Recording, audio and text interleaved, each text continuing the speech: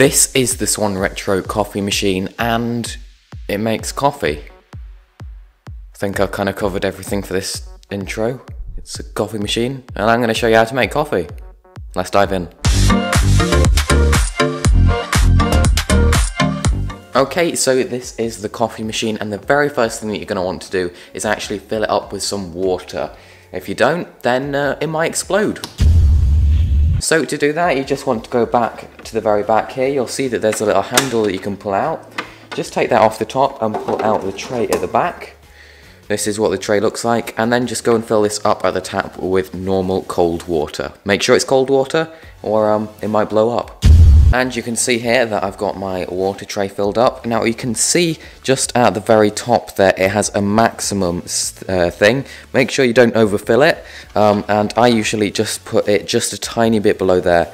But just in case you didn't see that, make sure not to fill it past this line. And then we'll just go ahead, we'll put it back in the back of the machine, like so. You can actually just slide this on and make sure that it clicks into place.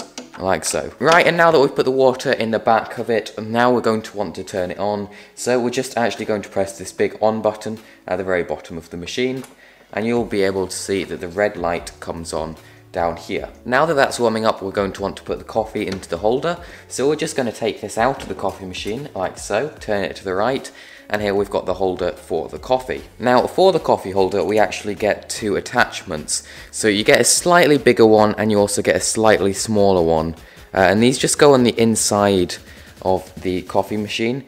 But we're going to use the bigger one for this one because the smaller one doesn't give you as much taste. So I'm just going to pop that over to the side and we'll just pop this into place. It's just got a little notch on the side there.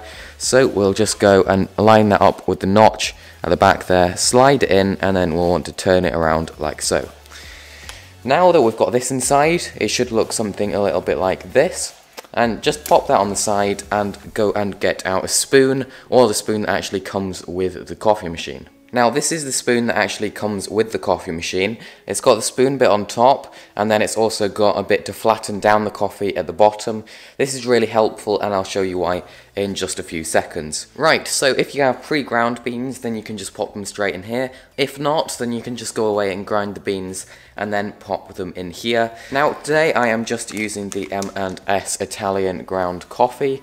It's just normal and it's ground for me, so I can actually just go and get my scoop out of here. Scoop, actually I use about 1.5 full scoops, but I just get this totally full, so I can take one scoop out of there and then pop it into here. And then I will just take the back of this spoon here and I'll just use that to push down the beans into the cup there.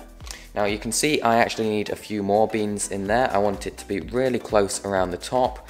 So I'll just actually go in and I'll get about a half spoon of the coffee in here.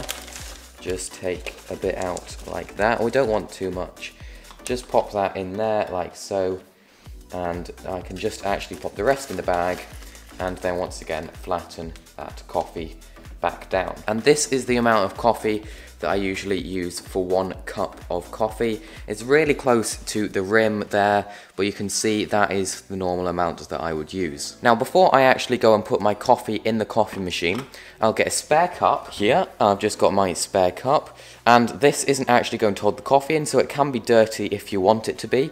And what I'll do is I'll just place it under here, and when the light over here turns green, I'm just going to press the coffee button over here, and I'm going to wait until that light goes off.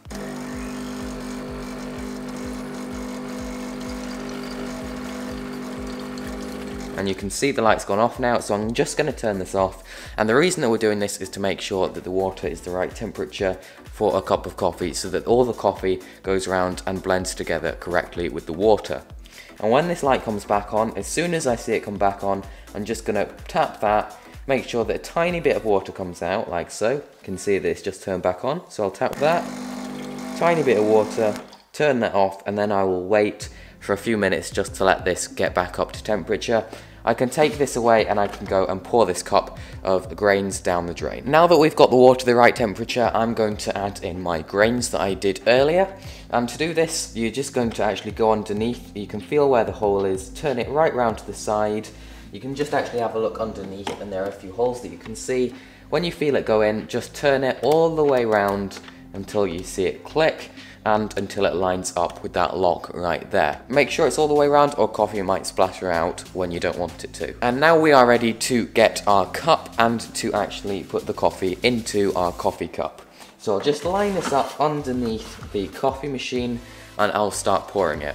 Now I'm just going to move my camera so that you can see how much coffee I'm actually putting into the cup, because there is a specific amount that we want, because we want to balance it between coffee and milk. Now it's quite difficult to let you see just how much coffee I'm going to put in this cup while I'm actually doing it, but I'll show you the cup after I've put the coffee in as well, so that you can see exactly how much I've put into the cup.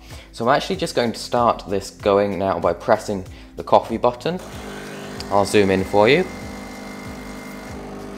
And now I'm just going to be looking to see when it just becomes eye line out of the top of there, and when that happens I'm going to stop it, take it out, and have a look at how much coffee is inside. Okay, I can see it just now. I'm going to stop that, and I think that's looking good. Take the coffee out, make sure that that is the right amount, and yes, this is good for what I am needing. So this is the cup of coffee, this is how much I filled it. You can see that it's about half full. Sorry about the camera work in this video today, it's very hard to show you just exactly how much coffee and everything I'm doing, but I'm trying my best. About just under halfway full in there for the baseline of coffee. Okay, so now that we've got our base of coffee done, we're going to want to go ahead and press this button at the very top, which is the button for the frother over there. And we're going to press that to let it warm up while we go and get the milk ready. So this is the milk jug that I'm going to be using today. It is just a metal milk jug. It's got the thermometer down at the bottom, which will be useful later, and it's just, you know, a normal metal jug. And now I am going to go and get my milk over here, and I'm going to pour in actually quite a lot of milk into here. Not enough for just 1 cup of coffee, and we need it to be enough that it'll actually froth it all up, but so that it won't spill out of the top. So I'm going to fill this up just over halfway, maybe 3/4 of the way full. That should be okay. Now we don't want to add too much or it might overflow. So this is how much I'm actually going to use for today. You can see that it's only just about 3/4 of the way up. I'd say that's about 4 centimeters or so at the top of the jug, which should be absolutely fine for this. We don't want there to be too little milk in there, or all the hot water from the spout will come splashing back out at us, but we don't want it to be too much, or while we're frothing the milk, it'll all come exploding back over the top. So now you can see that our light has gone yellow, and it's starting to steam out a little bit. So I'm just going to pull my nozzle out using the rubber bit under there, make sure that it's out far enough for me to add in the milk, and then I'm going to go and get my milk jug. I'm just going to put it under there, make sure that I'm holding it so that the milk is submerged in that, and then I'm just going to slowly turn this nozzle over here to make sure that the milk comes out not too fast at first. You can hear that it's starting to froth in there already, and then I'm just going to turn it all the way up to the very top. And now I'm just actually going to move this around inside. I'm going to get it to go a little bit lower so that it's actually just sucking the milk and then frothing it like so. And then I'm going to go into the corners of the jug and let it do everything in there, just moving it about all of the time to make sure that it's really frothing up the milk. Now you can see right down at the bottom of the jug, just down here, we've got the thermometer, and it's not going to do much to start off with. It's going to all stay black, but then as it's starting to heat up the milk, that is going to start turning green for each colour. Now we're not going to want to take the milk out at all until it is turned red right up at 70 degrees. But when it turns to 70, that doesn't mean that you have to stop. That's just an indication that it will be ready from this point onwards. And you can see now that it's actually turning green at 37. That's just going to keep going up. But if it gets to 70 degrees and you don't think it's frothed enough, just keep going. It's starting to get a bit smoother now, which is what we're wanting. We are looking for it to go really bubbly at the very top, and then we're looking for it to go into really small bubbles and for it to go quite smooth. And you can see now that we are approaching 70 degrees. When it approaches 70 degrees, it'll make a bit of a squealing noise like that. We're now at 70 degrees, and you can go on for longer, as I said, if you don't think it's ready yet. But for me, it seems frothed enough, so I'm just going to go down here and turn this slowly back to 0. And then it'll stop the squeaking noise, and your milk will be ready. So we can now unpress this button from the top and we can take our milk out under here like so. Just be careful not to get any to spill. Then ideally we want to go and get a tea towel, and I'm just actually going to wipe this nozzle with a tea towel, which means that the milk won't stay stuck on it, and that'll mean that it's cleaner for the next time that we want to make a coffee. So now that we've got both our coffee and our milk, we're going to want to take the milk and we're going to start down low like so. We're just going to start pouring it in, and then we're going to move up higher like this, and then back down and stop.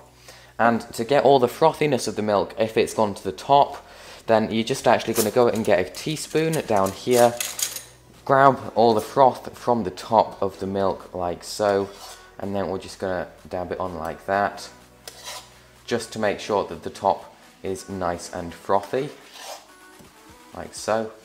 And then I'm just going to take this teaspoon, swirl it around like that, make sure that it doesn't spill everywhere, and I'm actually just going to go a bit deeper, take the teaspoon in and out like that to get the nice pattern.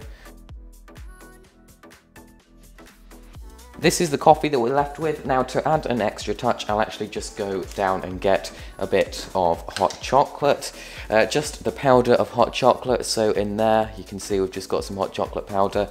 I'll just move this down, I'll get a pinch or so in my fingers, and I'll just sprinkle this all over the top like so. And there you go, our coffee is finished. Anyway, that is it for this video. It's not my usual type of video. I'll be back next week with my normal techie stuff. Until then, if you did enjoy this video or found it helpful, please give it a thumbs up. Subscribe to the channel for more, it really does mean a lot and helps what I do. And over here is a video that YouTube thinks you'll like to watch next, and why not watch it with your brand new tasty coffee. I'll see you next week.